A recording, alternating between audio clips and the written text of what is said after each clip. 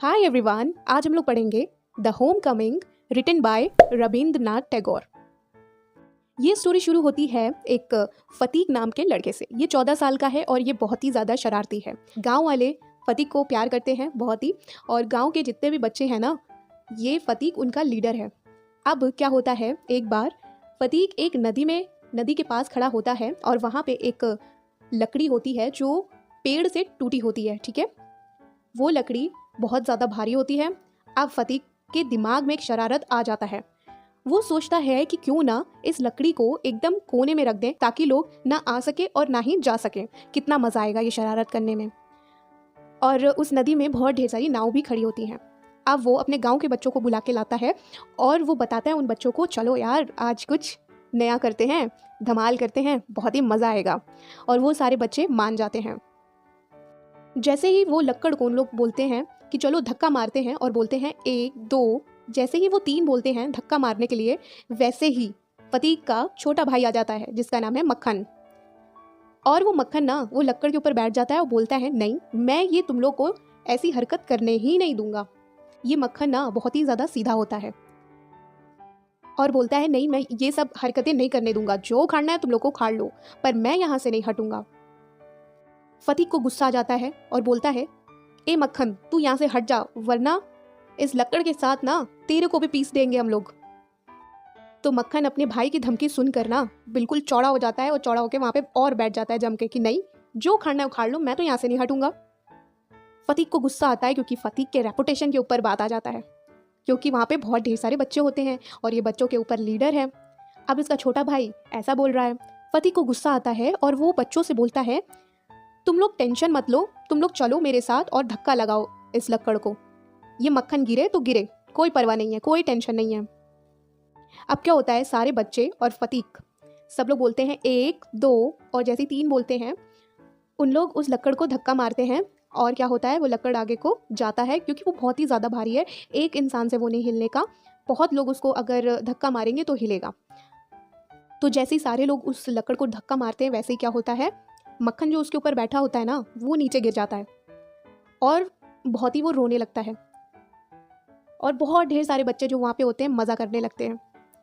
अब फतीक को ना दिल में धकर धकर होने लगता है क्योंकि है तो उसका भाई। अब फतीक को पता होता है कि जो मैंने हरकत की है ना वो ठीक नहीं है। अब मक्खन घर जाएगा और मम्मी को सारी बातें बता देगा, अब घर में मेरी पिटाई होगी। तो फतीक घर ही नहीं जाता। मक्खन वहाँ से रोते रोते अपने घर चला जाता है। अब वहाँ पे जितने भी बच्चे होते हैं ना, एंजॉय करके वो वापस अपने घर चले जाते हैं। पर फतीक उसी नदी में रहता है और जो लक्कड़ उन्होंने बीच में किया था ना, उसके ऊपर फतीक बैठ जाता है और घास तोड़ लेता है बड़ी बड़ी लंबी लंबी, और उसको चबाने लगता है। अपने पैर उस नदी में मारता है पानी में। तभी क्या होता है इतनी देर में कि वहाँ पे एक आदमी आता है जिसका नाम होता है बिशंबर। वो फतीक से बोलता है, बेटा क्या तुम्हें पता है कि यहाँ पर चक्रवर्तीस का घर कहाँ पे है? अब जो फतीक है ना वो अपने में ही मस्त है। वो नदी में पैर मार रहा है, पानी में पैर मार रहा है और घास चबाए जा रहा है। फतीक ना ऐसे ही बोलता है उस आदमी से कि यहाँ से उधर जाना, उधर से इधर जाना, इधर से उधर जाना, मतलब उसको ठीक तरह से रास्ता ही नहीं बताता। और फतीक उस आदमी का चेहरा भी नहीं देखता। वो तो घास चबाने में लगा रहता है और अपना पैर पानी में मारने में लगा रहता है। अब क्या होता है कि 1 2 3 घंटे बीत जाते हैं। तभी एक आदमी आता है और बोलता है, फतीक फतीक तुम्हें ना तुम्हारी मम्मी बुला रही है घर में। तो फतीक बोलता है, नहीं मुझे नहीं जाना घर, क्योंकि फतीक को पता होता है कि मक्खन वहाँ पे गया है और मक्खन ने सारी बातें बताई होंगी मम्मी को, और मम्मी ना मुझे मारेंगी अगर मैं जाऊँगा घर। तो उस आदमी को पहले से ही पता रहता है कि फतीक जाएगा नहीं, इसलिए वो फतीक के साथ ज़बरदस्ती करता है, फतीक को गोदी में उठाकर घर लेके जाता है। अब क्या होता है, फतीक घर तो पहुँच जाता है। अब उसकी मम्मी फतीक के ऊपर चिल्लाती हैं, क्यों तुमने मक्खन को मारा था? मक्खन बता रहा है। फतीक बोलता है, नहीं मैंने तो नहीं मारा। तो फतीक की मम्मी बोलती हैं, तो मक्खन क्या ऐसे ही रो रहा है? तुमने ज़रूर कुछ ना कुछ किया है तभी ये इतना रो रहा है। फतीक बोलता है, नहीं मैंने कुछ नहीं किया, मैं बोल रहा हूँ ना एक बार। लास्ट में मक्खन बोलता है कि मम्मी इसने मुझे मारा है, इसने मुझे लक्कड़ समेत नीचे फेंक दिया था। अब फतीक को बहुत ही ज़ोर से गुस्सा आता है। फतीक जाता है, बोलता है, ये ले और ले, मैंने तुझे मारा था, ये ले और ले। फतीक उसको मारने लगता है मक्खन को, और उन लोग के घर में ना लड़ाई झगड़ा मच जाता है। फतीक की मम्मी ना बड़ी ज़्यादा परेशान हो जाती हैं और वो बोलती हैं तुम लोग दोनों ने मेरा ना जीना हराम करके रखा हुआ है, ये फतीक ने तो और ही मेरा जीना हराम करके रखा हुआ है। अब क्या होता है कि उनके घर में अचानक से कोई आ जाता है और ये वही आदमी होता है जिसने पूछा था फतीक से कि ये चक्रवर्तीज का घर कहाँ है।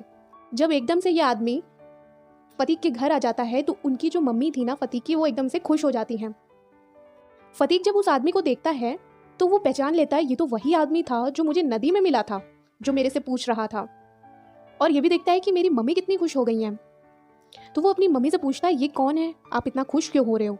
तो उसकी मम्मी बोलती हैं ये तुम्हारे मामा हैं। एक्चुअली फतीक के जो मामा है ना वो कोलकाता में रहते हैं और बहुत लंबे समय के बाद ये अपनी बहन से मिलने के लिए आए हैं। अच्छा, मक्खन और फतीक के ना पिता नहीं है, उनकी ना डेथ हो चुकी है जब मक्खन और फतीक छोटे थे। अब क्या होता है, वो अपने भाई को ना घर में बुलाती हैं तो बिशंबर पूछता है ये क्या हो रहा था, तुम लोग इतना लड़ क्यों रहे थे, आजकल क्या चल रहा है, बच्चे लोग क्या कर रहे हैं पढ़ाई में। तो फतीक की मदर बोलती हैं, फतीक की मम्मी बोलती हैं कि मक्खन तो पढ़ाई में बहुत ही अच्छा है, उसकी पढ़ाई बहुत ही अच्छी जा रही है, पर ये जो है ना फतीक गधा गवार, इसका ना पढ़ाई में बिल्कुल मन नहीं लगता, बहुत ही शरारती है। आज इसने अपने भाई को ना लक्कड़ से नीचे गिरा दिया, इसलिए दोनों लड़ रहे थे। तो वो जो बिशंबर होता है वो बोलता है बहन तुम एक काम करो ना, इसको ना मेरे साथ भेज दो, मैं उसको सीधा कर दूंगा और ये मेरे साथ रहेगा मेरे घर में और मैं इसको अच्छे स्कूल में डालूंगा, इसकी पढ़ाई बहुत ही अच्छी जाएगी। अब जब फतीक की मदर ये सुनती हैं तब वो बहुत ही ज़्यादा खुश हो जाती हैं। वो बोलती हैं हाँ हाँ ठीक है, आप ना इसको ले जाओ। और फतीक भी बहुत ज़्यादा खुश हो जाता है। जब बिशंबर उससे पूछता है क्या बेटा तुम मेरे साथ चलोगे, तो फतीक ना सपने देखने लगता है और बहुत ही ज़्यादा खुश हो जाता है क्योंकि कभी इसने सिटी देखी नहीं है, विलेज में रहने वाला लड़का है ये, और बहुत ही ज़्यादा खुश हो जाता है। बोलता है हाँ हाँ मैं जाऊँगा, मैं आपके साथ चलूँगा। पूरी रात इसको नींद नहीं आती और बस सोचता ही रहता है। अगले दिन क्या होता है, ये अपने भाई को मक्खन को ना अपनी मछली पकड़ने वाली रॉड दे देता है और कंचे दे देता है, पतंगे दे देता है जो उसके पास जमा होता है। अब वहाँ पे ना ये थोड़ा सा बहुत ही ज़्यादा इमोशनल हो जाता है अपने भाई को लेकर, क्योंकि अब तो ये जा रहा है कोलकाता, इसलिए। अब क्या होता है कि सुबह होता है और इन लोग कोलकाता के लिए निकल जाते हैं।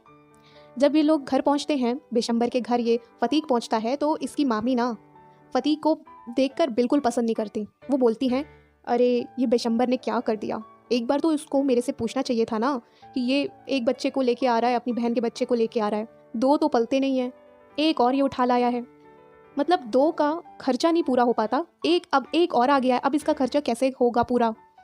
तो इसकी मामी बिल्कुल पसंद नहीं करती फतीक को। फतीक की जो मामी होती है वो बोलती गवार कहीं का, पता नहीं कहाँ से ये बिशंबर उठा के ले आया है। बिशंबर अब फतीक का जहाँ पे उनके बच्चे पढ़ते थे ना वहाँ पे एडमिशन करवा देता है। फतीक भी अपने कज़न्स जो उनके मामा के बच्चे थे ना उनके साथ वो स्कूल जाने लगता है। काफ़ी अच्छा स्कूल होता है, बड़ा स्कूल होता है। अब फतीक पढ़ाई में तो बिल्कुल अच्छा नहीं था, जब ये गांव रहता था तब तो पढ़ाई और ये बहुत ही ज़्यादा डिस्टेंस था। अब ये क्या करे, इंग्लिश मीडियम, अब ये ना पढ़ सकता है ना कुछ, ये पढ़ाई में बहुत ही ज़्यादा वीक रहने की वजह से ये क्लास में सबसे पीछे बैठता था। टीचर्स भी इसको बहुत ही ज़्यादा डांटती थी और मारती थी। अब फतीक को ना अपने विलेज की याद आने लगती है बहुत, कि मेरा जो गांव था ना वो बहुत ही ज़्यादा बड़ा था, वहाँ पे खेत थे, वहाँ पे नदियाँ थीं और वहाँ पे मेरी मम्मी थी जो मुझे बार बार डांटती थी और मुझे बहुत प्यार करती थी। मेरा गांव कितना प्यार करता था मेरे से, और मेरा भाई भी, उसको सब याद आने लगता है। वो अपने मामा के पास जाता है और बोलता है मामा अब मैं घर कब जाऊँगा। तो जो उसके मामा थे ना बिशंबर, वो बोलते बेटा जब हॉलीडेज़ होंगी ना तब तुमको मैं तुम्हारे घर ले चलूँगा। अब फतीक को पता था कि जो हॉलीडेज़ है ना वो नवंबर को होती हैं। अब नवंबर बहुत ही ज़्यादा दूर था। फतीक कैसे घुट घुट के जी रहा था वहाँ पर। उसकी मामी एक तो उसको पसंद नहीं करती थी, दूर दूर रखती थी और उसको गवार गवार कह के बोलती थी। एक बार क्या होता है कि फतीक अपनी बुक्स को खो देता है। अब फतीक बुक्स को खो देता है, जब वो स्कूल जाता है, एग्ज़ाम आने वाले होते हैं, अब बुक्स हैं नहीं तो ये पढ़ाई क्या करेगा। टीचर्स को जब ये पता चल जाता है, टीचर इसको और मारती हैं और क्लास से बाहर खड़ा करती हैं। फतीक को ये बिल्कुल अच्छा नहीं लगता। ये अपनी मामी के पास जाता है बहुत हिम्मत जुटाकर कि मैं मामी से बोल दूंगा कि मेरी बुक्स खो गई हैं। ये अपनी मामी के पास जाता है और मामी से बोलता है कि मामी वो ना मेरे से गलती से बुक्स खो गई हैं। तो उसकी मामी बहुत ज़्यादा गुस्से में आके बोलती हैं क्या तुम्हें समझ में नहीं आता कि तुम मेरे सर के ऊपर ना एक बोझ, अब तुम रोज़ रोज़ बुक्स खुआ दोगे और मैं तुमको ख़रीद के दूंगी, मेरे पास इतना पैसा नहीं है, दो तो पलते नहीं है, तुम और हो, मेरी जान खा रहे हो। तुम जाओ यहाँ से और मेरा दिमाग ना ख़राब करो। फ़तीक को ये बहुत ही ज़्यादा बुरा लगता है और वो रोने लगता है। उसको अपनी ना मम्मी की बहुत याद आती है और उसको अपने गांव की बहुत ही याद आती है। वो सोचता है मैं फालतू यहाँ पे आ गया हूँ। अब क्या होता है, सुबह होती है, फिर से ये स्कूल जाता है। स्कूल में टीचर्स फिर से वैसे बिहेव करती हैं फ़तीक के साथ। फ़तीक का सर बहुत ही ज़्यादा दर्द होने लगता है। जब ये घर को लौटता है ना तो इसका सर बहुत ही ज़्यादा दर्द होता है। इसको एहसास होता है, इसको फील होता है कहीं मुझे मलेरिया ना हो जाए, और कैसे भी करके ये घर आ जाता है। कैसे भी करके रात को गुजारता है। सुबह होते ही क्या होता है, जब स्कूल का टाइम होता है, जो मामा के बच्चे होते हैं वो स्कूल जाने लगते हैं, तो इसके मामा देखते हैं कि फ़तीक नहीं दिखाई दे रहा। अब फ़तीक तो घर में है ही नहीं, फ़तीक कहाँ चला गया। सारे लोग फ़तीक को ढूंढने लगते हैं। उसकी मामी बोलती हैं अच्छा हुआ नहीं मिल रहा है, अच्छा हुआ कहीं चला गया है, चलो जो भी है मेरा सर दर्द तो बहुत ही ज़्यादा कम हो गया है। अब फ़तीक के मामा बहुत ज़्यादा परेशान हो जाते हैं कि फ़तीक गया तो गया कहाँ। फ़तीक के जो मामा थे ना बिशंबर, वो जाते हैं पुलिस स्टेशन, क्योंकि फ़तीक तो मिल नहीं रहा। पुलिस स्टेशन जाते हैं, वहाँ पे फ़तीक की रिपोर्ट लिखवा देते हैं। बाहर का मौसम बहुत ही ज़्यादा ख़राब होने लगता है और बारिश होने लगता है बहुत ही ज़ोर से। पुलिस अपना काम बहुत ही अच्छे से निभाती है और फाइनली फ़तीक को वो ढूंढ लेती है। जब वो फ़तीक को लेके आती है ना तो फ़तीक एकदम कीचड़ से सना हुआ होता है और फ़तीक की आंखें एकदम लाल होती हैं और उसका बदन बहुत ही ज़्यादा तप रहा होता है, क्योंकि उसको फीवर होता है बहुत ही ज़्यादा। बिशंबर जब ये देखते हैं फ़तीक को तो उसको गोदी में उठा के घर ले आते हैं। जब फ़तीक को वो जब घर लेके आते हैं ना तो उसकी मामी बोलती हैं फिर तुम इसको उठा लाए, इस गवार को, इसने तो जीना दुश्वार करके रखा हुआ है। नहीं था तो अच्छा था, आ गया है तो मेरा सर फिर से दर्द होना चालू कर दिया है। अब फ़तीक ये बातें अपनी मामी की सुन लेता है। फ़तीक बोलता है अपने मामा से, बिशंबर से बोलता है कि मैं तो घर ही जा रहा था पर पुलिस अंकल मुझे घर ले आए। अच्छा, उस रात ना जब फ़तीक को लग रहा था कि इसको मलेरिया होने वाला है, तभी से इसका जो पूरा बदन था तप रहा था, इसको बहुत ही ज़ोर से फीवर चढ़ा हुआ था और फ़तीक रात ही में निकल गया था घर के लिए, क्योंकि उसको अच्छा नहीं लग रहा था। बार बार उसकी मामी उसको बार बार कोसती थी और स्कूल के टीचर्स भी उसके साथ ऐसा बिहेव करते थे, इसलिए फ़तीक रात में ही निकल गया था और कहीं कीचड़ में ये बेहोश होकर गिर गया था। तभी जब पुलिस वालों ने इसको ढूंढा फ़तीक को तो ये कीचड़ में सना हुआ बिल्कुल मिला। जब इसको होश आया तब पुलिस वालों ने इसको घर ड्रॉप किया और तब बिशंबर इसको गोदी उठा के घर के अंदर लेके आए। फ़तीक एक ही बात अपने मामा से बोले जा रहा था कि हम लोग घर कब जाएंगे, मुझे माँ से मिलना है, मुझे अपनी माँ से मिलना है। बिशंबर ये सुन के बहुत ही ज़्यादा इमोशनल हो जाते हैं और बहुत ही ज़्यादा रोने लगते हैं और वो फ़तीक से बोलते हैं कि मैंने तुम्हारी माँ को ना कॉल किया है, अभी तुम्हारी माँ आती ही होंगी। फ़तीक आधे होश में था आधे होश में नहीं था और वो लेटा हुआ था। बिशंबर ने डॉक्टर को बुलाया और डॉक्टर ने ना फ़तीक को चेक किया, उसका चेकअप किया तो उसकी जो हालत थी ना बहुत ही ज़्यादा नाजुक थी। बिशंबर ना पूरी रात फ़तीक की देखभाल में लगा रहा और जैसे ही सुबह होती है वैसे ही फ़तीक की माँ आ जाती हैं फ़तीक से मिलने। जब वो अपने बेटे को देखती हैं कि वो एक पलंग में लेटा हुआ है और माँ माँ बोले जा रहा है, फ़तीक की माँ को ये देखा नहीं जाता और फ़तीक को कस के वो गले लगा लेती हैं और उसको चूमने लगती हैं। फ़तीक अपनी माँ से बोलता है, माँ हॉलीडेज़ हो गई क्या, नवंबर आ गया है क्या? और यहीं पे हम लोग की स्टोरी फिनिश हो जाती है। इस स्टोरी में बताया है कि जब एक बच्चा अपनी माँ से अलग होता है, दूसरी जगह जाता है, तो जैसा घर में प्यार मिलता है, जैसे घर में देखभाल मिलता है ना, वैसे बाहर नहीं मिल पाता।